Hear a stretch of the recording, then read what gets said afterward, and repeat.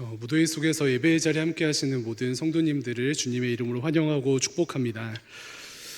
예전부터 유행하던 밸런스 게임이라는 것이 있습니다. 두 가지 중에 개인적으로는 무엇이 더 좋은지 선택하는 그러한 게임입니다.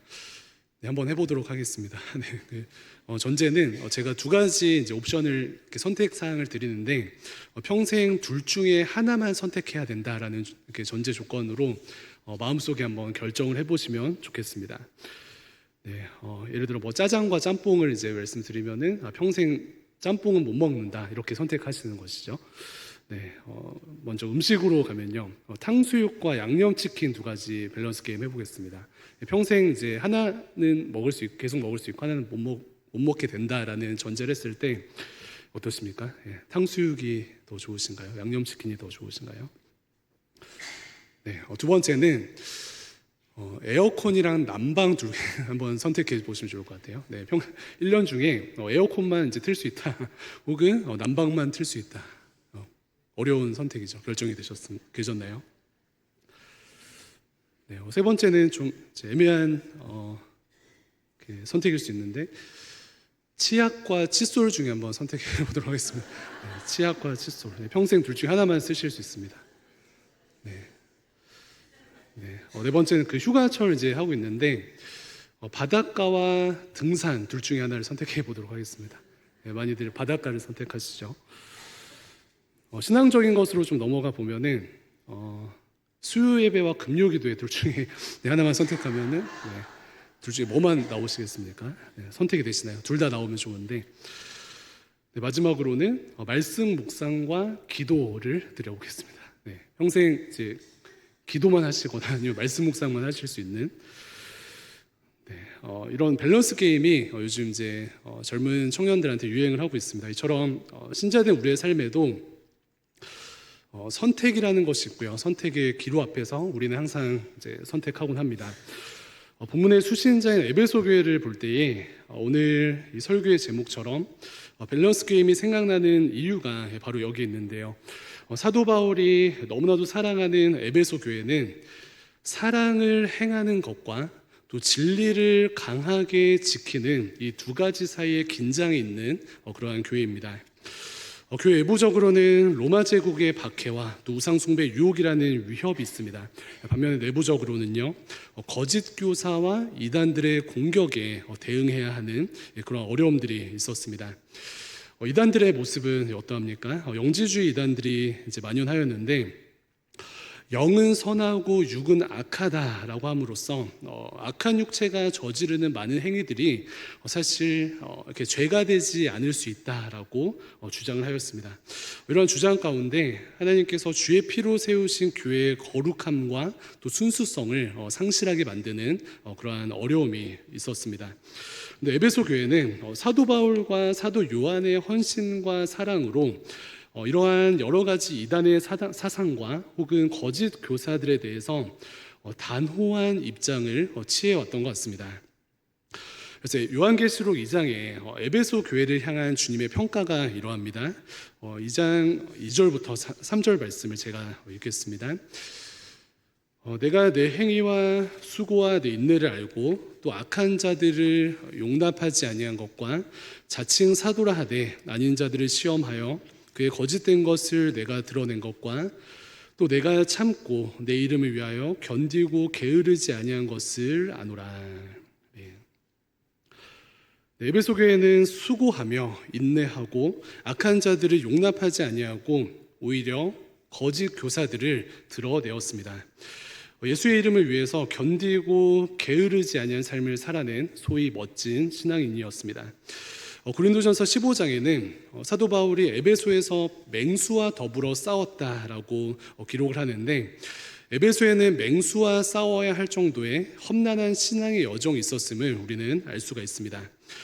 또한 사도행전에 기록된 에베소 교회를 향한 바울의 고별 설교에도요, 바울이 떠난 후에 사나운 이리가 교회를 힘들게 할 것임을 예언하기도 합니다. 그렇기 때문에 이 에베소 교회에 슬픈 양면이 있습니다. 이리와 싸우고 맹수와 싸우다 보니 거칠어진 것입니다. 진리를 지키는 삶을 잘 살다 보니 거칠어진 것입니다.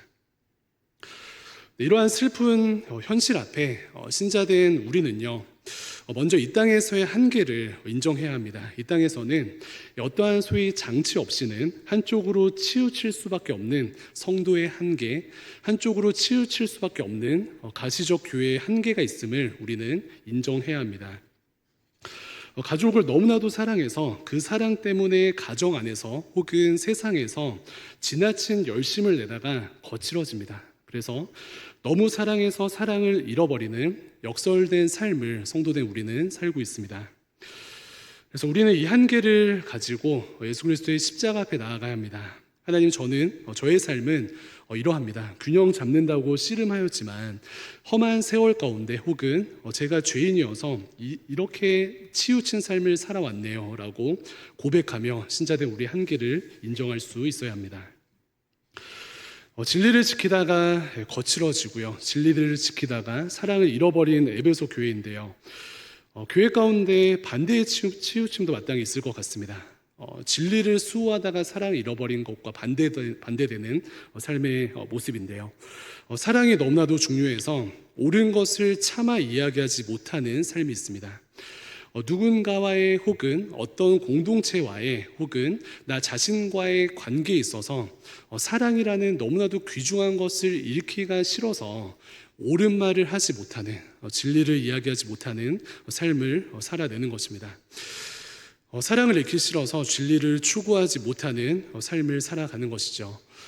그런데 이것 또한 우리는 하나님 앞에 또 십자가 앞에 가지고 나아가야 합니다. 살아계신 하나님, 우리의 삶을 아시지요. 사랑을 추구하며 진리를 놓쳐버린 저의 슬픔을 아시지요 라고 우리의 삶의 한계를 인정하며 하나님께 나아갈 수 있는 모든 성도님들 되시기를 주님의 이름으로 축원을 드립니다. 그런데 먼저는 이러한 한계를 인정하면서 살아계신 하나님 앞에 나아가게 되면요, 하나님께서 우리의 그 치우친 삶을 위로해 주시고 치우쳤지만 그 가운데 장점으로 발휘하는 그러한 삶을 칭찬해 주십니다. 그리고 사랑으로 또 다른 측면의 삶을 초청하시고 제안하시고 인도하시는 하나님의 모습을 알 수가 있습니다. 에베소 교회를 향한 주님의 평가는 다시금 이러합니다. 방금 읽었던 2절과 3절과 4절을 이렇게 한꺼번에 보면은 내가 내 행위와 수고와 내 인내를 알고 또 악한 자들을 용납하지 아니한 것과 자칭 사도라 하되 아닌 자들을 시험하여 그의 거짓된 것을 내가 드러낸 것과 또 내가 참고 내 이름을 위하여 견디고 게으르지 아니한 것을 아노라. 그러나 4절입니다. 그러나 너를 책망할 것이 있나니 너의 처음 사랑을 버렸느니라. 진리 가운데 씨름한 치열한 삶을 하나님께서 무작정 책망하지 아니하시고요, 게으르지 아니한 삶을 하나님께서 인정해 주십니다. 이것이면 된 것이죠. 그러나 우리를 사랑하시는 예수님께서는요, 우리의 치우친 삶을 인정해 주시고 또 위로해 주실 뿐만 아니라 신자된 우리들을 또 하나님께서 기뻐하시는 교회를 더 높은 차원으로 초청하십니다. 책망할 것이 있나니 너의 처음 사랑을 버렸느니라. 소위 앞서 소개드린 밸런스 게임에서 사랑과 진리 수호 가운데 진리를 수호하는 것에 치우쳐져 있는 에베소 교회를 향하여서 예수님께서 책망하시며 사랑으로 초청하십니다. 진리를 수호하는 것을 너무나도 잘 감당했는데 사실 처음 사랑을 회복해야 하지 않겠니? 너의 열심은 무엇을 위한 열심이니? 라는 예수님의 음성입니다. 이러한 에베소 교회의 어떤 상황을 저희가 기억하면서요, 오늘 본문 말씀인 에베소서 4장으로 돌아갑니다. 그러한 맥락에서 오늘 본문 에베소서 4장을 보면서요, 13절, 14절을 살펴봅니다. 우리가 다 하나님의 아들을 믿는 것과 아는 일에 하나가 되어 온전한 사람을 이루어 그리스도의 장성한 분량에 충만한 데까지 이르리니 이는 우리가 이제부터 어린아이가 되지 아니하며 사람의 속임수와 간사한 유혹에 빠져 온갖 교훈의 풍조에 밀려 요동하지 않게 하려 함이라. 즉 제대로 믿고 또 제대로 말씀 가운데 세워져서 어린아이와 같이 세상의 거짓 메시지에 미혹되지 않고 세상의 여러 가지 이단적 공격들로부터 흔들리지 않는 삶을 살아가는 것이 너무나도 중요하다라고 말씀합니다. 그래야 요동하지 않고 진리의 굳건히 서는 삶을 살아갈 수 있다라고 말씀하는 것입니다. 그리고 15절입니다. 오직 사랑 안에서 참된 것을 하여 범사에 그에게까지 자랄지라 그는 머리니 곧 그리스도라. 네, 진리를 수호하고 진리의 뿌리 내리는 삶을 여전히 잘 살아내라는 권면과 동시에 에베소 교회에는 사랑 안에 거하는 DNA가 필요하다라는 외침입니다. 그래서 방금 읽은 이 15절 말씀에 개역개정에서는 사랑 안에서 참된 것을 하라라고 기록되어져 있지만요, 다른 번역들은 사랑 안에서 참된 것을 말하라라고 번역합니다. 참된 것을 말하는 삶을 살아갈 때에 신자가 꼭 기억해야 할 것은 이처럼 사랑 안에서 말하는가, 그 사실을 기억하며 우리 자신을 돌아보고 또 우리의 삶을, 또 우리의 언행을 돌아보아야 하는 줄로 믿습니다. 그렇다면 사랑 안에서 말한다는 것은 어떤 의미인지 생각해 보면요, 사랑 안에서 말하는 것입니다. 네, 말 그대로 사랑 안에서 말하는 것입니다. 죄송합니다. 특별히 사랑 안에서 참된 것을 말한다는 것은 우리의 이 참된 말이라는 날카로운 칼이 다른 누군가를 다치게 하지 말라라는 그런 의미를 가지고 있습니다. 마치 이와 같습니다. 두 나무 조각이 있습니다. 이 두 나무를 연결하려고 못을 박습니다. 그런데 못을 박는 전제는요, 긴 못이 나무에서 삐져나오면 안 됩니다. 사진 하나 띄워주시면은 이렇게 되면 안 되는 것이죠. 앞에 삐져나온 이제 못이 보이십니까? 못질이라는 옳은 것을 행할 때에 그것이 아무리 옳은 것이라 할지라도 사랑이라는 테두리를 벗어나게 되면은 이처럼 다른 누군가를 찌르게 되어 있다라는 사실입니다. 이것이 사랑 안에서 참된 것을 행하고 사랑 안에서 참된 것을 말해야 하는 신자의 삶인 줄로 믿습니다. 네, 성경 말씀 가운데 우리는 그 구약 성경의 잠언 말씀을 이렇게 참 좋아합니다. 네, 잠언이라는 이제 말은요, 이렇게 원어적으로는 격언 혹은 비유라는 뜻을 가지고 있습니다. 그런데 이 개역 개정에서 이제 잠언이라는 제목으로 이제 성경을 기록하는데, 이 잠언이라는 제목의 한자의 뜻을 보면은 찌르는 말이라는 의미를 가지고 있습니다. 잠언의 말씀이 못과 같이 우리를 이렇게 찌른다라는 뜻을 가지고 있는데요. 그런데 그 말씀을 보면서 우리가 찔리고 또 아픈 어떤 모습들을 취하지만 잠언 말씀이 못과 같이 찌르는 말씀임에도 신자된 우리를 살리는 이유는요, 그 찌르는 말씀이 하나님의 충만하신 사랑 안에서 기록되어져 있기 때문입니다.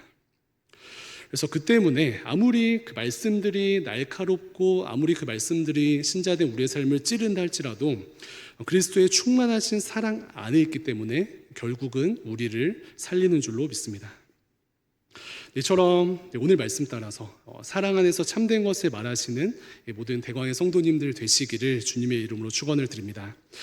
그럴 때 하나님께서 우리의 삶을 사용하시고요, 또 우리의 말을 사용하시고 또 우리의 존재를 사용하셔서 우리 주변에는 우리로 인하여서 행복한 사람들이 넘쳐나게 될 것입니다. 그렇다면 사랑 안에서 참된 것을 말하는 것에 반대편에 있는 삶을 진단해 보기 원합니다. 크게 네 가지 경우의 수가 이제 나옵니다. 사랑 안에서 참된 것을 말하는 삶, 그리고 사랑 없이 참된 것만 말하는 삶, 그리고 사랑 안에서 참된 것을 말하지 않는 삶, 사랑 없이 참된 것을 말하지 않는 삶. 그게 네 가지로 분류가 됩니다. 사랑 없이 참된 것만 말하는 삶은요, 신약 성경 예수님 당시에 바리새인들이 그러하였습니다. 참된 것은 말합니다. 근데 어찌 보면 참된 것만 말합니다. 그런데 사랑이 없습니다. 그러니까 바리새인들은 주변을 참 힘들게 하죠. 예수님조차도 대적하는 그들의 대담함을 볼 수 있습니다. 사실 바리새인과 종교 지도자들은 사랑 없이 참된 말만 하는 것이 문제가 아니라 사실 그들이 하는 말과 삶이 다르기 때문에 예수님의 책망을 받았습니다. 아무튼 옳은 말만 하는 사람들이 이처럼 바리새인들입니다. 사랑 없이 참된 것만 말하는 이것을 그 고린도전서 13장에는 울리는 꽹과리가 된다라고 표현하고 있습니다. 천사의 말을 한다 할지라도 그 가운데 그 사랑이 빠져 있다면은 외적으로 울려 퍼지는 천사의 말도 울리는 꽹과리가 된다라는 사도 바울의 고백입니다. 네, 저의 삶을 이렇게 좀 돌아보면요, 이렇게 제가 사실은 이제 굉장히 관계 중심적인 이제 목사인 줄 알았는데 어느 측면에서는 조금 목적 지향적인 측면이 있더라고요. 그래서 이렇게 청년들을 참 사랑하는 교육자인데 청년들을 사랑하는 이유가 크게 두 가지가 있습니다. 청년 예배 때 한번 나눴었는데요. 첫 번째는 청년들을 사랑하는 가장 큰 이유는 이유 없이 사랑하는 것이고요. 두 번째는 사랑으로 연결되어야 저의 설교가 청년들에게 들리기 때문입니다. 사실 저는 이제 또 밸런스 게임을 하자면은 누가 저와 이제 잘 지내는 것과 혹은 누가 저의 설교를 잘 듣는 것, 소위 제 설교 잘 들리는 것을 둘 중에 선택하라고 하면은 둘 다 선택하면 좋겠지만 둘 중에 하나를 선택하라고 하면은 후자를 이제 선택하면서 저의 설교가 잘 들렸으면 좋겠다라는 깊은 소망이 있습니다. 그래서 이제 사랑으로 연결되려고 하는 굉장히 티와 같은 이제 접근이 있습니다. 네, 그래서 사랑 안에서 참된 것을 말할 수 있는 그러한 예수님 보시기에 영적인 실력을 가진 모든 성도님들과 또 우리의 삶이 되기를 주님의 이름으로 축원을 드립니다. 네, 사랑 안에서 참된 것을 말하는 또 하나의 이유는요, 그러한 과정 가운데 신자된 우리 개인과 또 우리가 속해져 있는 교회 공동체가 예수님을 닮아가기 때문에 그렇습니다. 네, 15절 말씀입니다. 15절 말씀을 함께 한 목소리로 읽어보도록 하겠습니다. 본문인데요. 시작. 오직 사랑 안에서 참된 것을 하여 범사에 그에게까지 자랄지라. 그는 머리니 곧 그리스도라. 네, 교인들이 서로 사랑으로 진리를 말하면서 신자와 교회는 예수님에게까지 자라난다라고 합니다. 그렇다면 오늘 본문에서 이야기하는 예수님에게까지 자라난다라는 것은 어떤 의미를 가지고 있겠습니까? 우리의 삶 하나하나와 또 존재 하나하나가 예수님과 동기화된다라는 그러한 뜻을 가지고 있습니다. 그래서 범사에 그에게까지 자랄지라라는 이 말은요, NLT 성경에서는 점점 더 예수님을 닮아간다라는 말로 이렇게 번역을 하고 있습니다. 사랑으로 진리를 말하는 삶을 살아갈 때 신자는 점점 더 매일매일 매 순간순간 한 걸음 한 걸음 예수님을 닮아간다는 것이고요. 사랑 안에서 진리를 말하고 사랑 안에서 참된 것을 말할 수 있는 교회 공동체는 매일매일 또 매주 예수님을 닮아가는 예수님과 동기화되는 그런 삶을 살아가게 된다는 것입니다. 그래서 교회는 점점 더 머리 대신 예수님을 닮아가고요. 예수님께서 기뻐하시는 공동체로 성장하게 된다는 것입니다. 다시금 이러한 은혜의 원리를 붙잡고 우리의 개인의 삶을 축복하고 또 이러한 은혜의 원리를 붙잡고 교회 공동체를 축복하며 또 하나님 나라를 이루시는 모든 성도님들이 되시기를 주님의 이름으로 축복을 드립니다. 여기까지 말씀을 정리하도록 하겠습니다. 진리를 잘 수호한 에베소 교회는 사랑 안에 거하는 DNA가 필요합니다. 사랑으로 무장하여서 사랑으로 말할 때에 신자는 또 교회는 우리의 머리 대신 예수님을 닮아가기 때문에 그렇습니다. 그런데 이러한 삶을 실현하는 것은요, 다름 아닌 예수님처럼 행하는 것입니다. 예수님처럼 행하는 것이 사랑 안에서 참된 것을 말함과 동시에 예수님을 닮아가는 그 출발이 되는 것인데요. 2절 말씀 함께 또 한 번 더 읽어보도록 하겠습니다. 4장 2절입니다. 시작. 모든 겸손과 온유로 하고 오래 참음으로 사랑 가운데서 서로 용납하고. 아멘. 네, 이러한 겸손과 온유와 오래 참음의 또 용납의 삶이 우리의 내면에 가득할 때에 신자된 우리는 사랑으로 우리 자신의 사랑을 뿐만 아니라 이웃을 섬길 수가 있고요. 그러한 사랑을 가지고 몸된 교회와 또 가정을 섬길 수가 있습니다.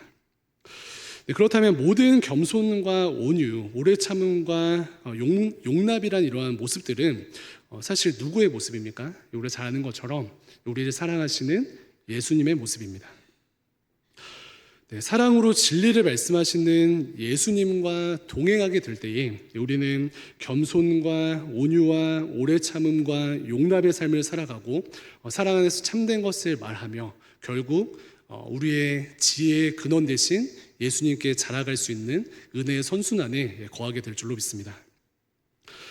예수님으로 우리의 삶이 가득할 때에, 예수님으로 우리의 교회 공동체가 가득할 때에 우리 개인의 삶에는 교만 대신 겸손이 임하게 될 것이고요. 우리 교회 공동체 가운데 예수님이 가득하게 될 때에 우리 교회 공동체에는 반목 대신 용납의 영이 충만하게 될 줄로 믿습니다.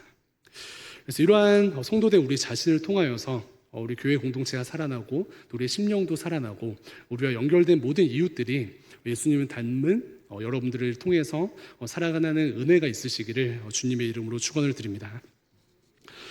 네, 그런데 이 사랑으로 행하는 삶이요, 우리 자신에게서 머물러서 교회 공동체에만 머물지 않고 우리는 이 사랑을 가지고 세상으로 나아가야 합니다.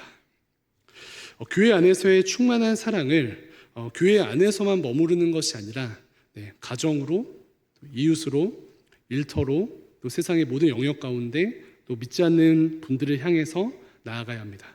그래서 이것은 교회 안에서만 국한되는 것이 아닌 밖을 향하는 사랑으로 증명되어야 합니다. 식어버린 사랑을 회복하게 될 때는요, 우리는 교회를 세우고 교회 안에서 충만한 은혜를 누릴 뿐만 아니라 이 복음을 밖으로 전하는 삶을 살아가게 됩니다. 마태복음 24장에 이렇게 기록되어 있습니다. 11절부터 14절까지의 말씀인데요, 제가 읽겠습니다. 거짓 선지자가 많이 일어나 많은 사람을 미혹하겠으며 불법이 성함으로 많은 사람의 사랑이 식어지리라. 그러나 끝까지 견디는 자는 구원을 얻으리라. 이 천국 복음이 모든 민족에게 증언되기 위하여 온 세상에 전파되리니 그제야 끝이 오리라. 아멘. 예수님께서 사랑이 식은 말세의 모습과 복음 전파를 연결하셨습니다. 즉 에베소 교회의 사랑이 회복되었을 때에는 다시금 그 사랑이 교회 공동체 안에서뿐만 아니라 모든 민족에게 사랑이 증언되게 하시는 전도자의 사명도 감당하게 하신다라는 예수님의 말씀입니다. 그래서 에베소서를 기록한 사도 바울도 이후 6장에서는 전신갑주를 이야기하며 복음의 신을 신으라고 권면하고 있습니다. 그래서 사랑의 회복이 교회 안에서 드러날 뿐만 아니라 더불어 가정과 이웃, 또 일터에서 또 주변에 믿지 않는 모든 불신자 분들에게도 남김없이 흘려보내시는 모든 성도님들 되시기를 주님의 이름으로 부탁을 드립니다. 네, 말씀을 정리하도록 하겠습니다. 진리수호에 능하였던 에베소 교회입니다. 그러다 보니 이웃을 따뜻하게 대하거나 혹은 교회 안팎으로 사랑을 흘려보내는 일에는 소홀해졌습니다. 근데 신자된 우리는요, 어떠한 삶을 살아갑니까? 극단적으로 진리만을 수호하겠다, 혹은 극단적으로 기준 없는 사랑으로만 행하겠다라는 극단적인 밸런스 게임이 아닌 사랑과 진리가 충만한 삶을 살아내므로 주님께 진정 칭찬받을 수 있는 신자된 우리와 교회 공동체 되기를 간절히 소망합니다. 예수 그리스도의 충만하심이 우리 안에 가득하게 되면요, 우리는 누가 시키지 않아도, 누가 건드리고 혹은 우리가 노력하지 않아도 사랑 안에서 참된 것을 말하게 될 것입니다. 예수님이 내 안에 가득하게 되면요, 우리는 교회를 사랑하고 또 교회를 세우는 것뿐만 아니라 교회 밖으로도 사랑과 복음을 전하는 삶을 살게 될 것입니다. 그 중심에는, 그 출발에는, 그 시작과 끝에는 누가 계십니까? 사랑으로 진리를 말씀하시고 또 안에서부터, 공동체에서부터 열방을 향해 전진하시는 예수님이 계십니다. 그 예수님과 함께 하실 때 우리는 다시금 사랑에서 참된 것을 말할 수 있고, 공동체를 사랑하시며 제자들 한 사람 한 사람을 세우실 뿐만 아니라 온 열방을 향해서 나아가신 예수님을 기억하시며 예수님과 동행하게 되실 때에 우리는 교회 안에서만 그 사랑을 실현하는 것이 아니라 하나님께서 우리를 보내신 그곳 가운데 주의 사랑을 전하고요, 주의 나라를 이루는 성도님들의 삶이 되는 줄로 믿습니다. 그래서 예수님으로 인해서 사랑과 진리가 충만한 모든 성도님들의 삶과 또 이번 한 주 되시기를 주님의 이름으로 축원드립니다. 네, 세 분 이상 이렇게 인사하실 텐데요. 예수님으로 충만한 여름 되세요라고 인사하시겠습니다. 예수님으로 충만한 여름 되세요. 네. 기도하겠습니다.